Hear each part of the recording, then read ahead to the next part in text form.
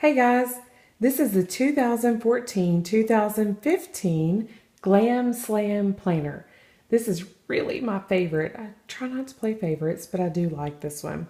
So this binder I've chosen to use an ARC notebook from Staples. You can also use a spiral bound notebook.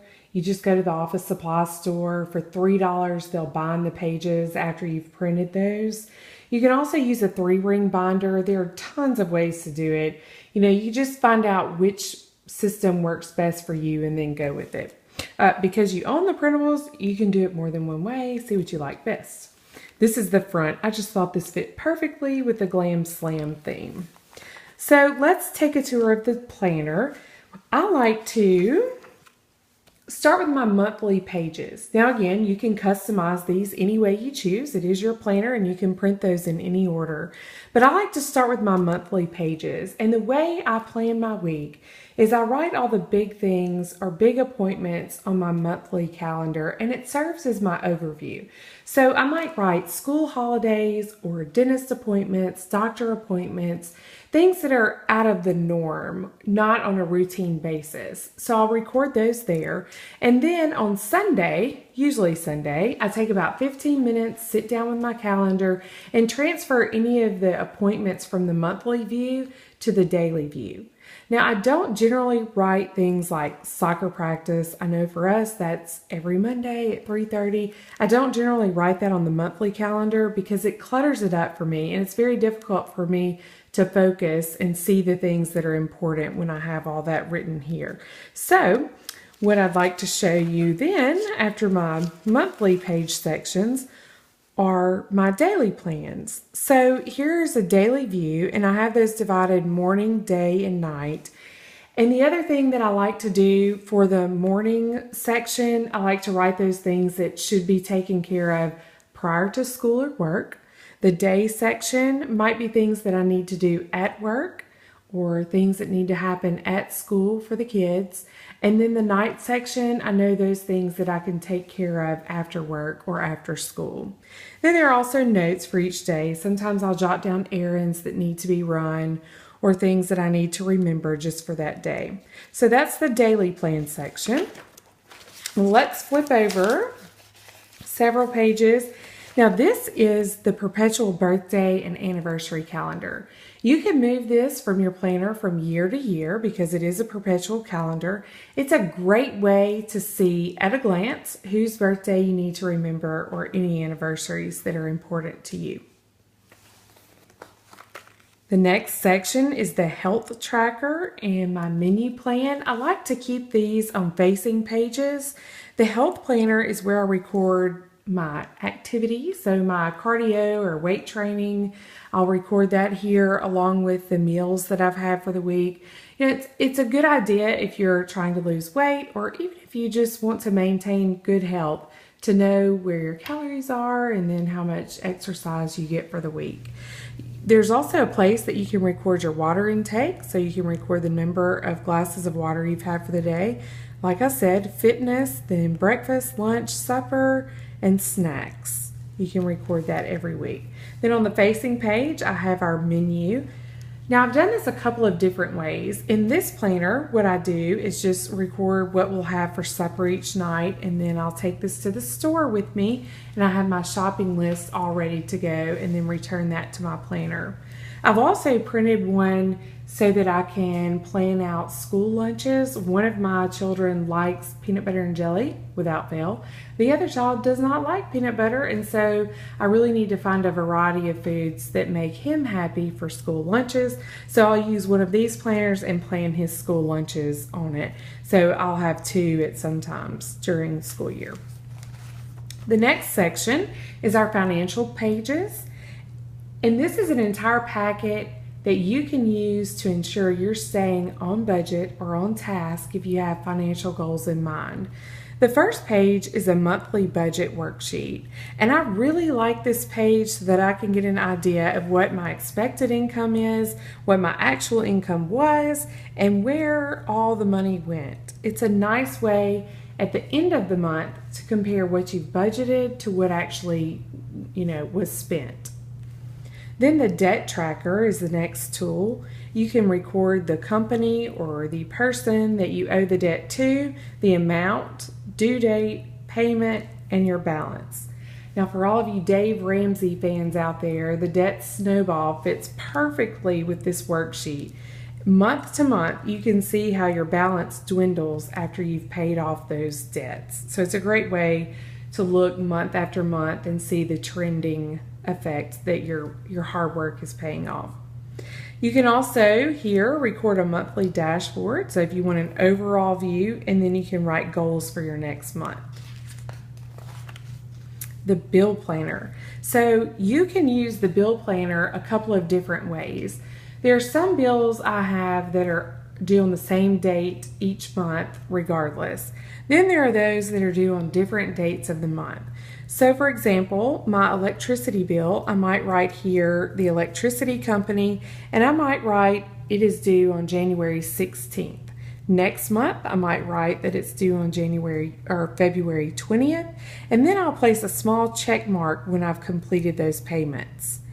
But for things like tuition, I know that's only due in January and August, so I might write the children's school's name here and then check off in January and August when I've paid their tuition. The next section is a blog planning section. So all of you bloggers out there know how much information overload plays a part in running a blog. There are social media posts to capture. There's an editorial calendar that needs to happen. There are photographs. All kinds of planning takes place for a blog owner.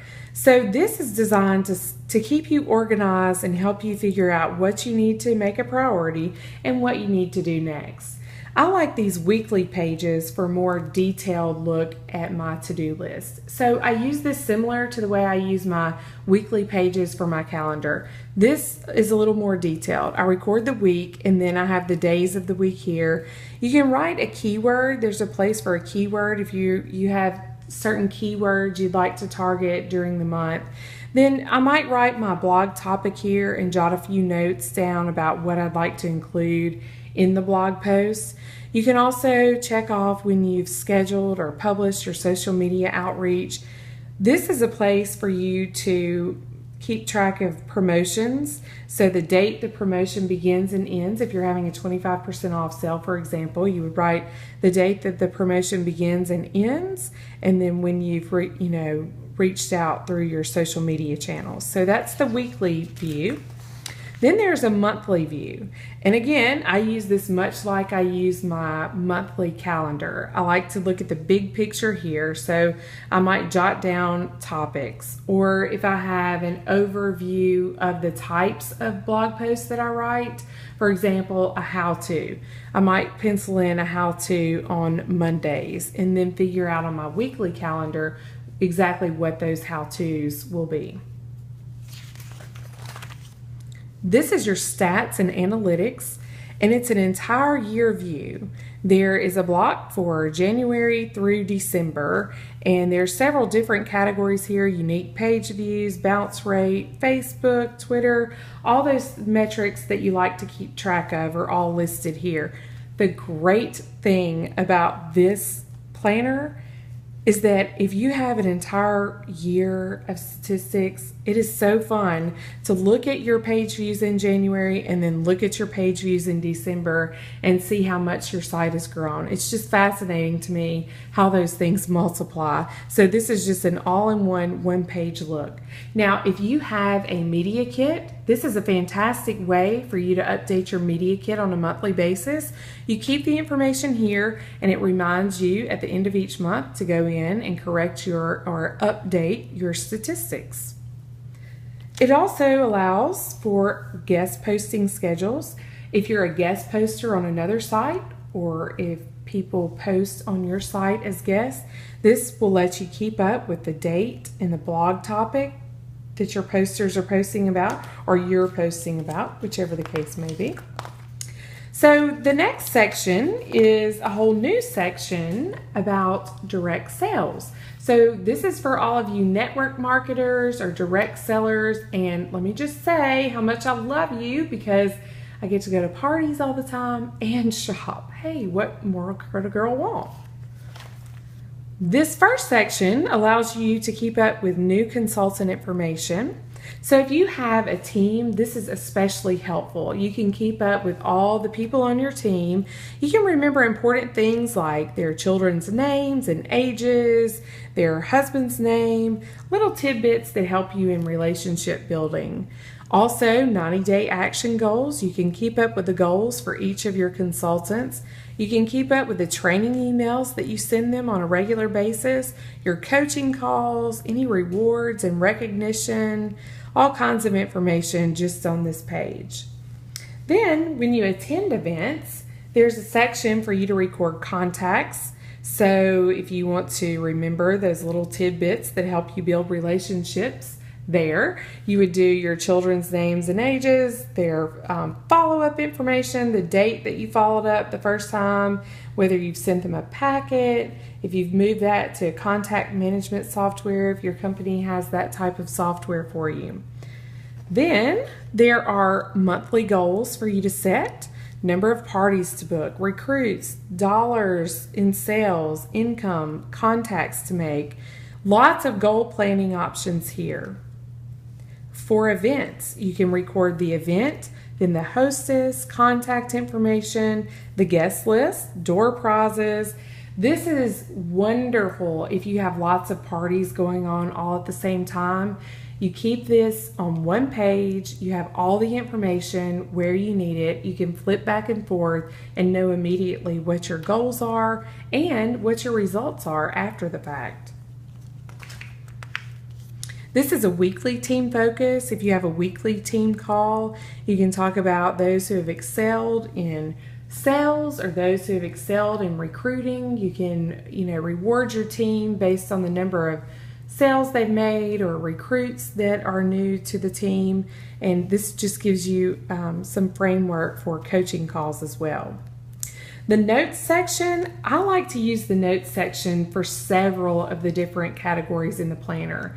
The main way I use the notes section is when I am in the middle of the day just jotting down ideas, or I might have some just random to-dos that I think of during the day. I do not like to put those on my weekly or monthly calendar yet because I may not have time to get those done, and it just, again, clutters up the view and I get distracted very easily. So I use the notes section and I just record all the things that I need to do when I think of them that day.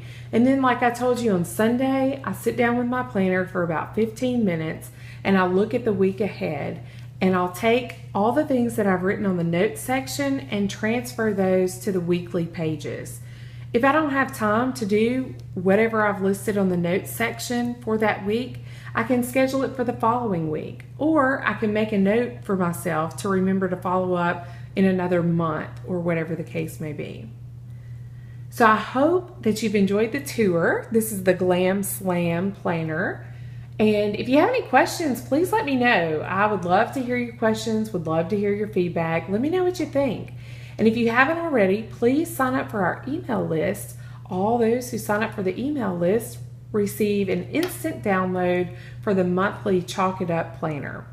And as all my email subscribers know, I also send out sneak peeks and from time to time free weeks of the planner so you can check it out, give it a try. Okay, thanks for watching.